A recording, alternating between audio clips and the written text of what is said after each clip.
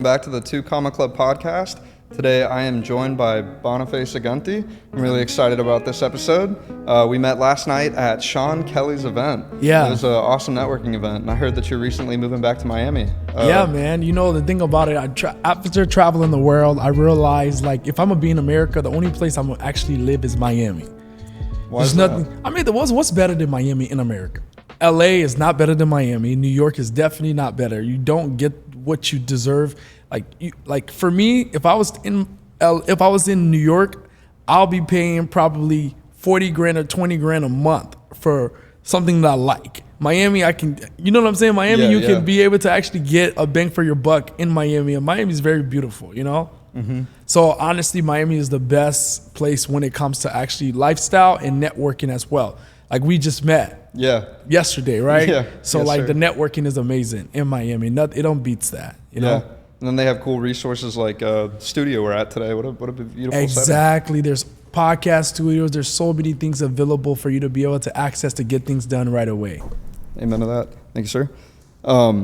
So part of the podcast that we're running today is we like to talk about the internet marketing side of things. And as we were speaking before this, you told me a lot about how you originally started in the internet marketing space. Could you kind of give me the backstory on that a little bit? 100%. So I've been doing internet marketing like right after I actually graduated high school.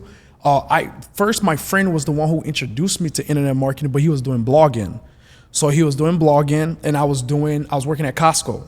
So he was making like 30 grand a month online doing blogging. So I was like, he came to me and he was like, hey, Bonnie, I'm doing blogging. This is what I'm doing. And at the time, because I was not like, ChatGPT was not available back in the day, right? So I wasn't the best speller, right? So pretty much he was like, yo, I'm doing blogging. I was like, man, I can't write articles like you. So he was like, okay, this is what I'm doing though. And then I was like, I can't do that. But I did the smartest thing I ever did though. I typed in on YouTube, how do I make money online? Mm-hmm. When I typed that up, it was a whole new world. I went from now, literally 30 days later, my entire life shifted. Completely 360. I was like working at Costco to now running a Shopify store and making over 10,000 plus a month. Nice. So that's like how I broke into the whole internet marketing things, because I made a search and I got obsessed over seeing other people's success. And I was like, if they could do it, I could do it. And that's the thing about me. When I see other people are successful at something, I know that there's no difference between that person and me. So if they've accomplished any type of goal, I know I can accomplish that for myself. And anyone can accomplish anything if they focus on it. Yeah, I couldn't agree anymore. Sounds like you have a really good, strong mindset around that. Did that come from anything in your environment growing up, or have you always kind of been that way? I mean, I've always been an entrepreneur my entire life. I've been an entrepreneur. One thing about me, I've always stuck to being an entrepreneur. I used to do airbrush. I used to airbrush people's shoes. I own a recording studio. I had a clothing brand. I did a lot when I was a child. I used to sell candies in my locker after Halloween, and people would buy candy from me. I always was making money. So when I got into the whole internet thing, it was just, and I had a clothing brand, so I knew marketing. Because when I had my clothing brand, when I was in high school, I had other people wearing my clothing brand who was influencers and celebrities. And as they promoted my clothing brand, I started making more sales. So every single thing that I did as a kid, I always is the same thing I'm doing to this day. Nothing has shifted, you know? So like people, like I started entrepreneurship at a very young age, and I adapted a lot of great traits. That's phenomenal. I love that. Yeah. Do you think you had any like examples set in your life, like mentors or anyone like that kind of showcased in 100%. I think in life, every single person that you meet and give you advice do become your mentor in some shape or form. So like, as I was growing as a youth, I had mentors every step of the way. From if it was my high school teacher, if it was my teacher who was at the rec centers, every single thing that I did as growing up, anybody that impacted me to be able to get to where I'm at, they shifted my life, you know? And I was willing to identify what to do and what not to do, being a critical thinker. And I realized, okay, I wanted to do entrepreneurship. I didn't want to hang around my friends who didn't want to do anything and just want to party on the weekend. I wanted to hang around my friends who was doing entrepreneurship and it was making money. So that's what I wanted to do, and that's what I just stuck with. That's awesome. I feel like there's a lot to be said about the environment that you grow up in, choosing those right friends. Yeah. But what I find a lot of people struggle with, myself included in the past, is like, how do you go about letting go of the relationships that are maybe not as fruitful as the ones that you're trying to be more surrounded by? The thing about me, when it comes to like letting go of people, I just meet people where they stand. If I provide something to someone and I see that individual is not going to capitalize off of it, it's okay. Like when I was first starting as an entrepreneur, I tried to help different people become successful, because as entrepreneur, we get excited when we're doing something and we want to share with different people that's around us. So that's how I've always been. I've always been excited with things that I'm doing, and I'm doing really well, and I wanted to share with other people. But the people who wanted to do the same thing I was doing, I presented to them and it became successful. The people who didn't, they didn't have interest, I just let them be. And I tried to not try to change people. Before, I used to want to save the world. I wanted to save everybody, and I realized that not everybody needs to be saved. The people who wants to be saved are going to come to get saved. Yeah. And the people who don't want to be saved, they're not going to be saved, and they're okay. You know, I don't tell people, like, I have friends who make $100,000 a year, and they're fine with that. And I applaud them, and I'm happy for them, and I'm joyful for what they have accomplished in their life with their wife, their family, and they're content. And I'm happy with them. And I have friends who make millions of dollars, and I'm happy with them too. So I don't try to tell people what to do. If they want to do what I'm doing, then I present it to them. But if they don't, I'm fine. Yeah. It sounds like you've had a lot of different things that you've gotten into throughout the years as being an entrepreneur. What are some of those things that you're more focused on today? I mean, today I'm really focused on development. So majority of like my entire entrepreneurship scene, I used to just spend money recklessly. Like when I started becoming an entrepreneur, I just turned 29 years old, right? So when I started being an entrepreneur, because I grew up in poverty and I didn't have a lot when I was growing up. So when I started to make money, I wanted to enjoy it. I wanted to travel. I wanted to buy cars. I bought cars. I spent $100,000 and I get it stolen. You get what I'm saying? Things like that. So I did a lot of reckless things as an entrepreneur. So right now I'm really thinking about more long-term. I'm really just focused on building more assets in my life, like developments, hotels. Like I'm building a boutique hotel. I have a new construction development going on in Liberia where I'm building luxury homes for people who are in the diaspora that wants to invest and have properties overseas. So I'm looking at a lot of that, and I'm also doing importation of like beer. So I'm looking into different type of beers that's available for the market in West Africa that they don't have. So I'm importing those goods there as well. That's really awesome. It sounds, so first and foremost, you're the first guest that I've had on the show that has gone more international with what it is that they do in their entrepreneurship game. What kind of inspired getting outside of just the local area? You know, the thing about it, like when I was doing internet marketing, I never really cared about like doing any type of international investment. It really sparked it from my dad. My dad was the one, he was like, hey, you know, you should, Africa is a virgin market. You know, you're really good at what you do. Maybe you should try to go and see if you can do some opportunities there. So I went on a market and I seen different things that was available. And then I decided to go and give those things a try. And it became very successful. That's awesome. So what was the first thing that you went to the market with in that capacity? The first thing I went to the market with was trucking. Okay. I bought like about 31 trucks. And this was like after the pandemic. I bought like 31 trucks to like palm oil. So pretty much we transport palm oils through Liberia. So Liberia have a lot of natural resources, and those things needs to be, and a lot of companies export those natural resources, and they need transportations to be able to export those resources. So me and my dad ended up buying a whole bunch of trucks, and then after, that's how we got into the market. And then now we're into the real estate sector to be able to like build luxury contemporary homes. That's awesome. So you've mentioned your dad quite a few times. Is he an entrepreneur as well, or did you kind of inspire that? My dad was an entrepreneur as well. He was definitely an entrepreneur. He started different businesses. He had his business before, and he was very successful at his business. And I just I didn't know my dad was an entrepreneur. I mean, I grew up, my grandma actually made me an entrepreneur, to be honest. Because my grandma used to make me like sell things so I can provide for myself. Yeah. You know, my grandma always wanted me to be self-sufficient. So she basically taught me a lot of things to be able to be self-sufficient for myself. I love that. I think having parents that are definitely want you to grow in life is going to be one of the things that help you grow in life. If you don't have great parents or uncles, aunties around you that's going to be able to help you, it's going to be very hard for you to be successful because you got to get that somewhere else. Yeah. And I had that when I was growing up. Yeah, I feel like in a similar light, I was very fortunate with my family doing that as well. Yeah. And, for those other individuals who are listening right now, if you don't have that, I think one of the good supplements, you might agree to this, is finding like another support system outside of just like blood related relatives, like close friends and things of that nature. Yeah.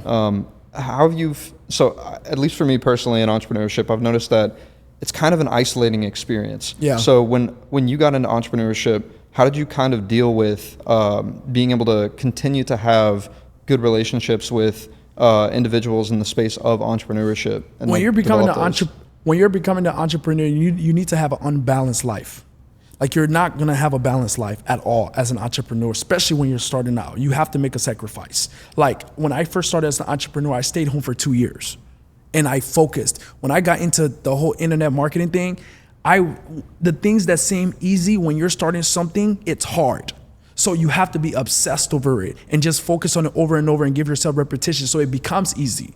So when I was starting as an entrepreneur, a lot of the things that I know now was super hard. So I had to stay home. I had to focus my attention on this one thing and just get obsessed over it. I wasn't communicating with my friends and my family. I never talked to them. I didn't talk to my friends and family for 2 years because if I talk to them about something that they don't understand, they're only gonna block my blessings because they don't understand it. So I let those people go. So as an entrepreneur, the only people that I used to communicate with was people who was gonna be feeling my energy giving me motivation and encouragement, letting me know that what I'm trying to do, that I can do it.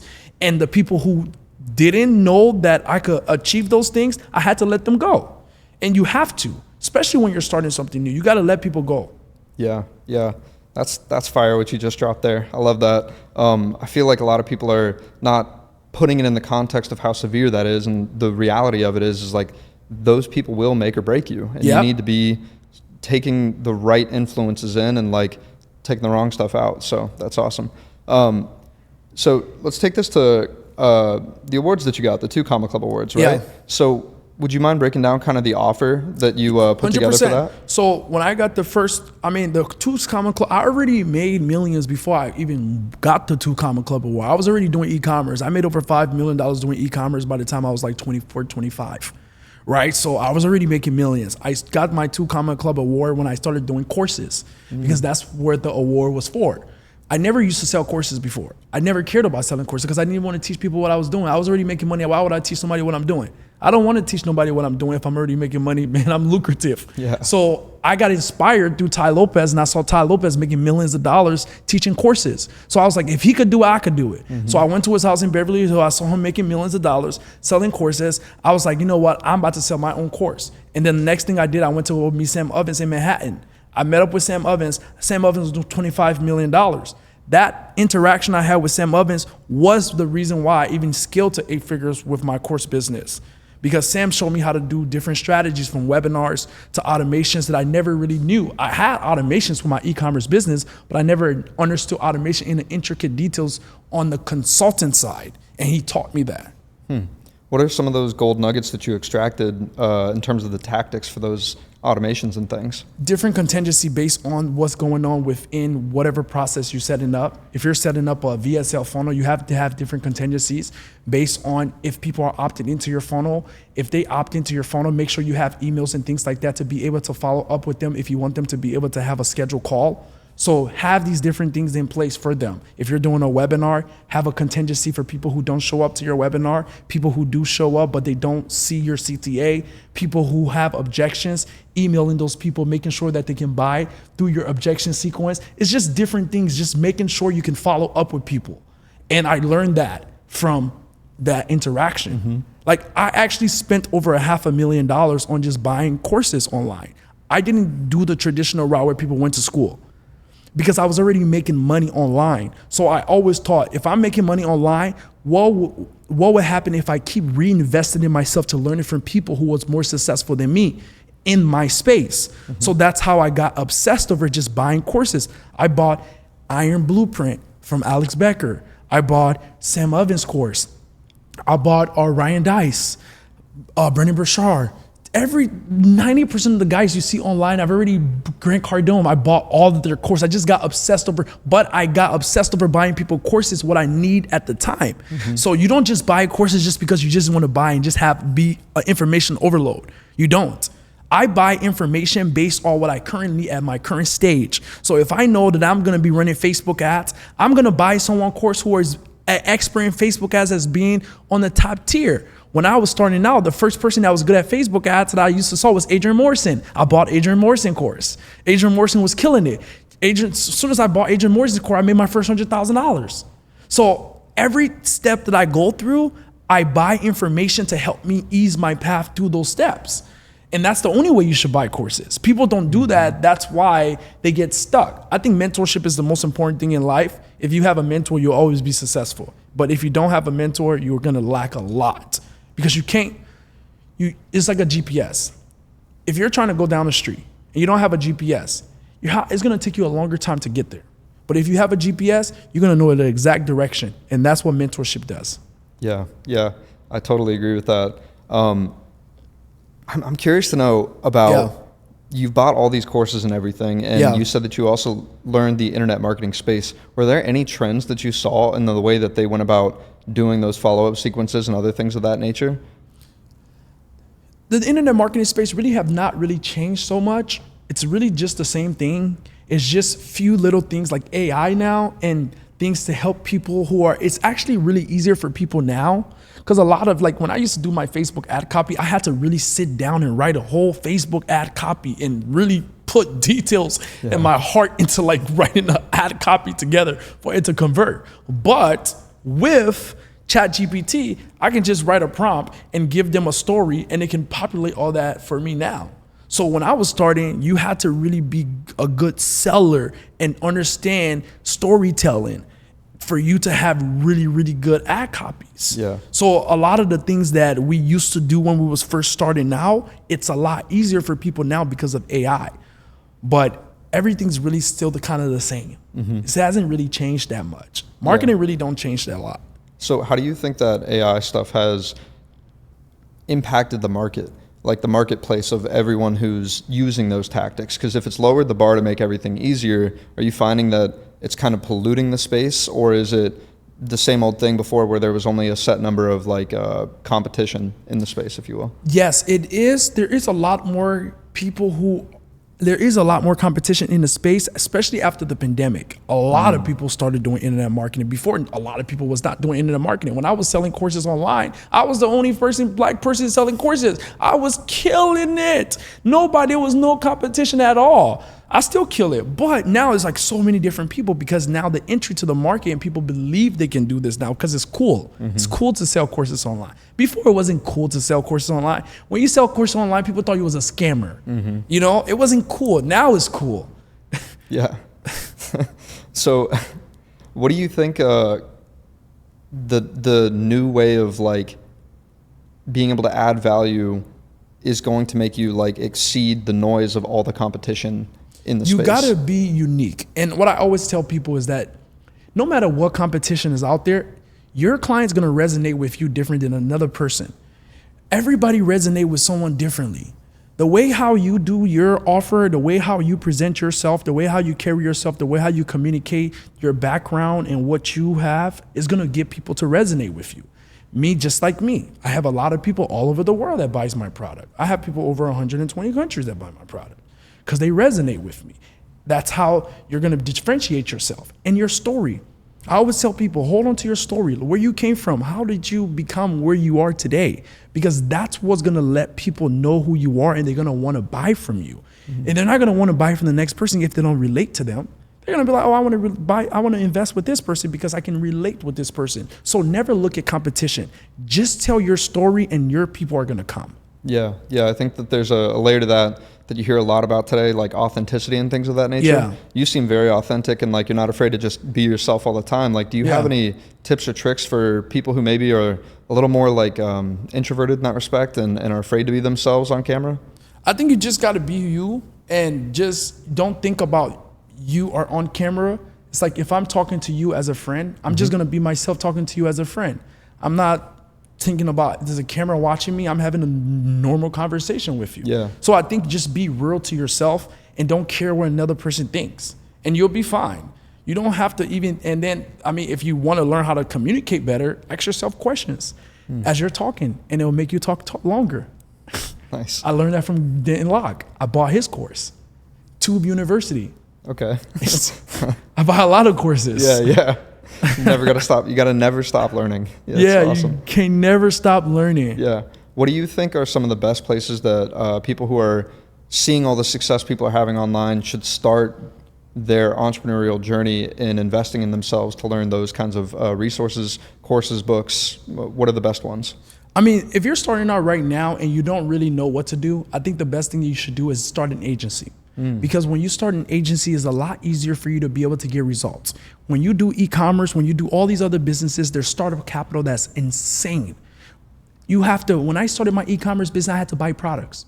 You have to spend over $2,000-$3,000 buying products, and you have to wait for those products to come for you to be able to have samples. That's time.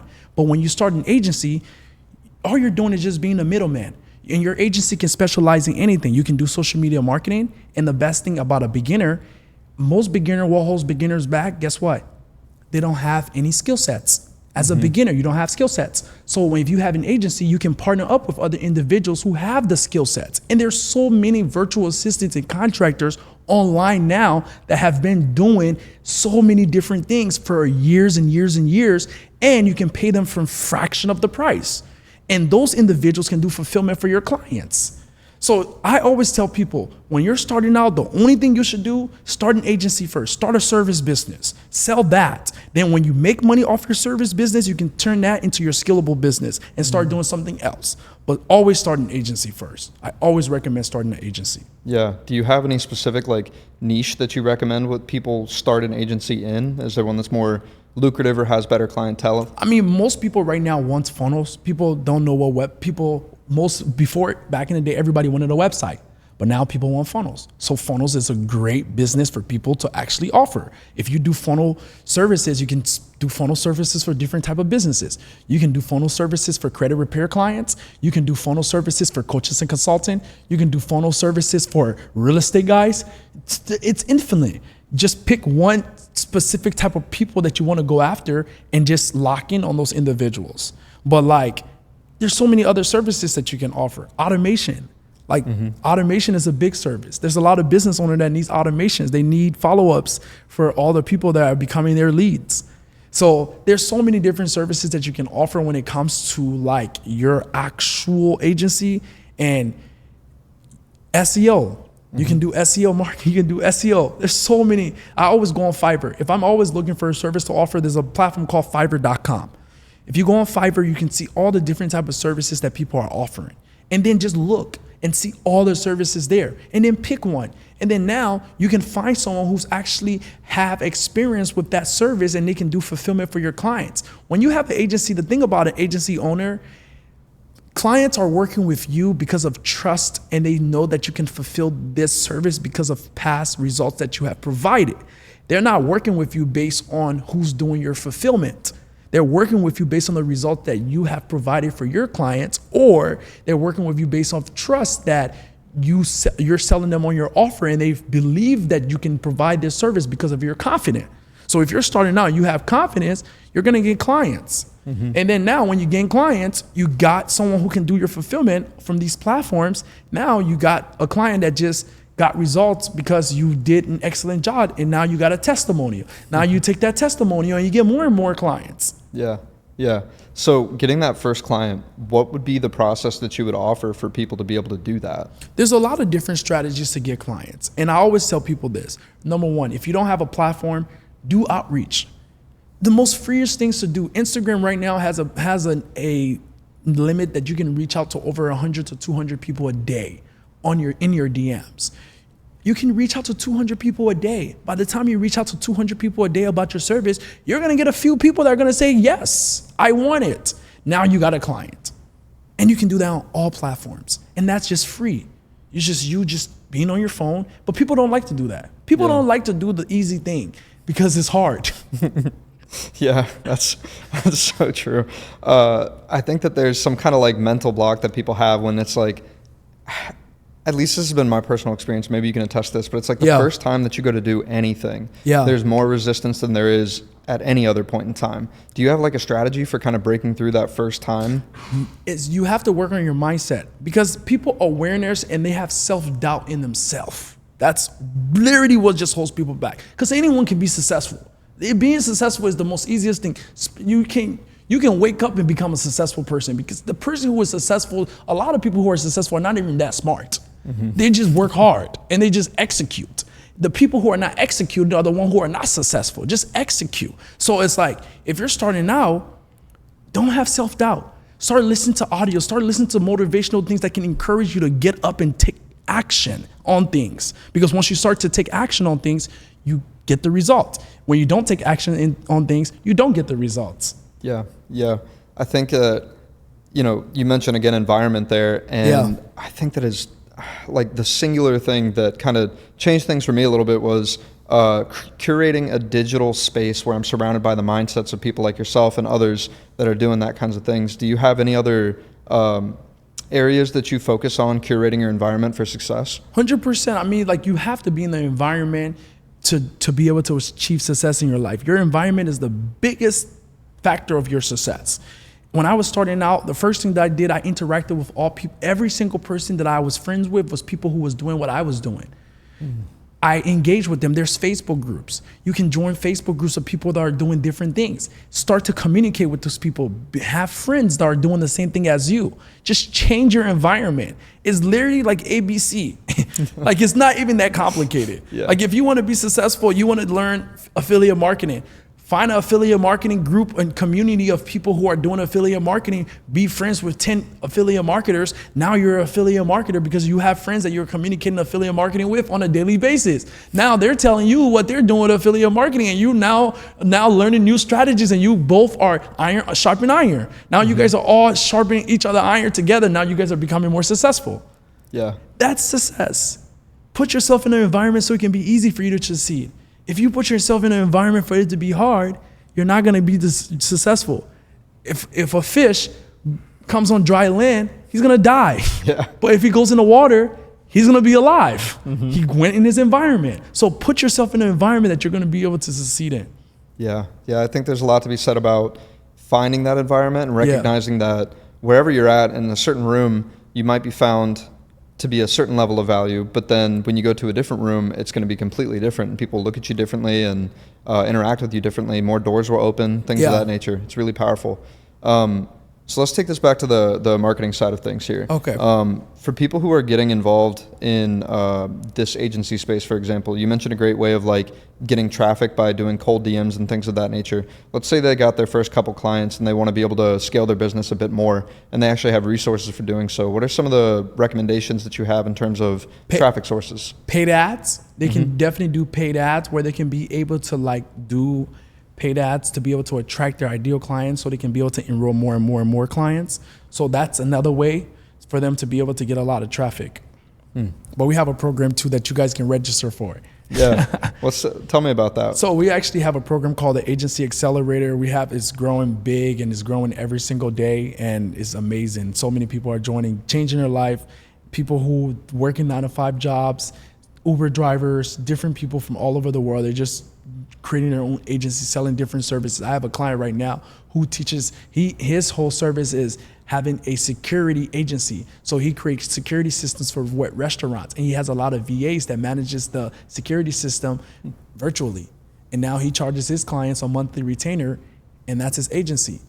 Man, that's wild. Yeah. So is it like a software, or is there actually like a service behind it? He uses software, and he also has VAs that pretty much manages the back end. Okay. That's wild. Yeah. One of the things that I've seen as a bit of a pattern as I've done this podcast is that the individuals who end up being able to hit the highest revenue numbers generally have something that is scalable, or what I would consider another way of calling it is like lower fulfillment. Yeah. And so like I know courses are some things like that. Yeah. And there are other ways of doing it. You're mentioning like utilizing the labor of other individuals and as contractors and things. What are some of the opportunities that you think are best to scale in the current economy? I mean, if you want to scale, you have to have a mass market offer. You have to. Like, the only reason why I was able to scale to 8 figures because I was selling an offer that everybody knew you have to make. When you're selling something, you have the common person have to believe they can achieve it.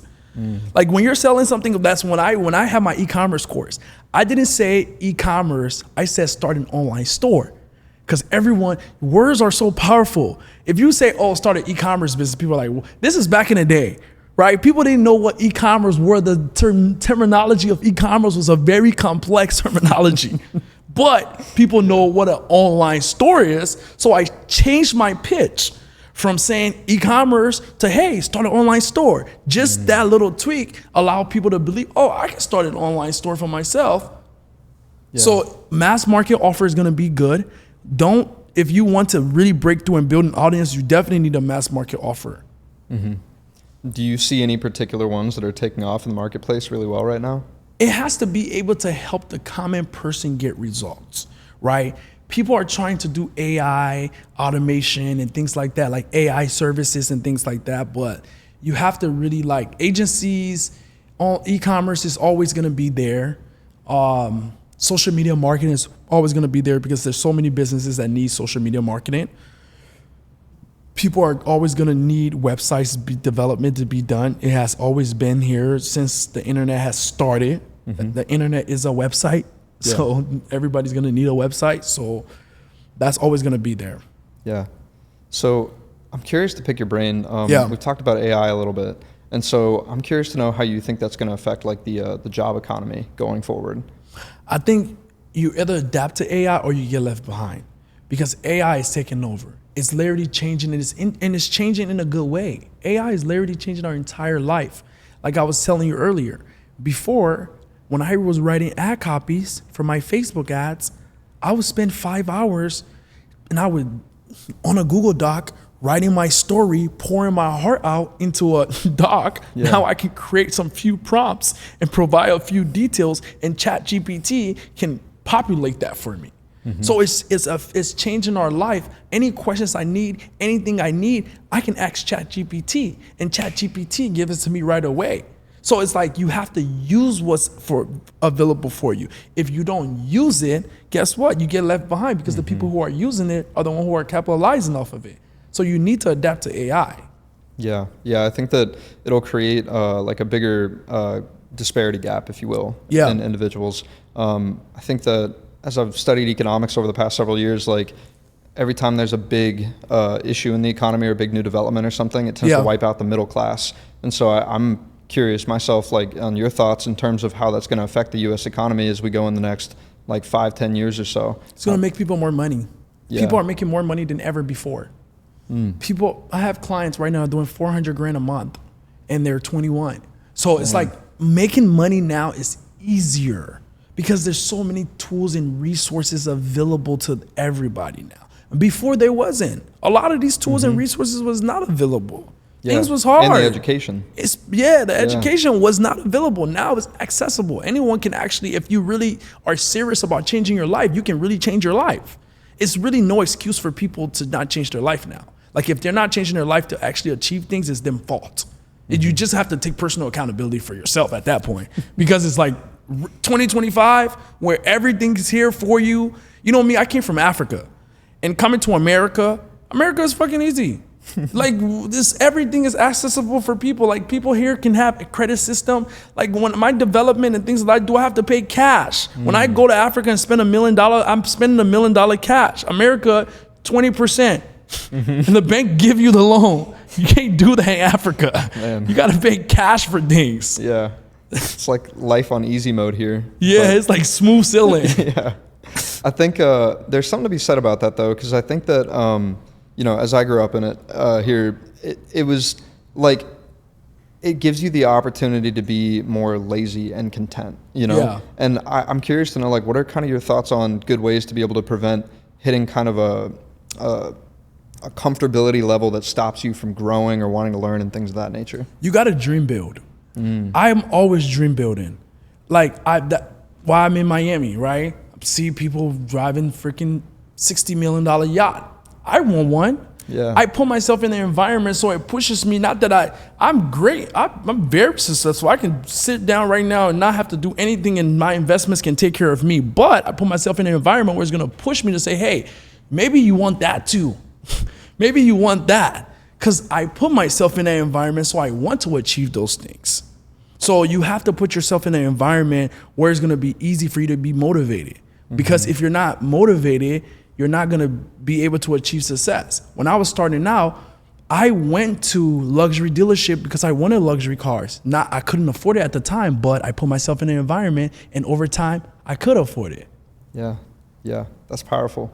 So as we're getting near the end of the podcast here, one of the questions I like to ask is, what are your goals for 2025? 2025 right now is just finishing up a few developments that I'm doing in West Africa, and then also just becoming a better version of myself and keep growing on a consistent basis. Nice. And impacting more people on a regular basis. Yeah. So follow-up question to that. What do you think is kind of the like the big domino, so to speak, that would like prevent you from being able to hit those goals, or if you knocked it over, it would help you do it at an exponential rate? Everything that's set for me is already happening for me.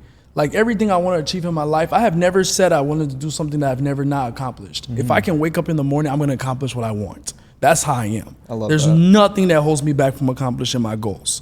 So I don't see there's any dominoes. I think you just got to keep working. One of my mentors always said that you go as far as you can see, and when you get there, you'll see farther. I love that.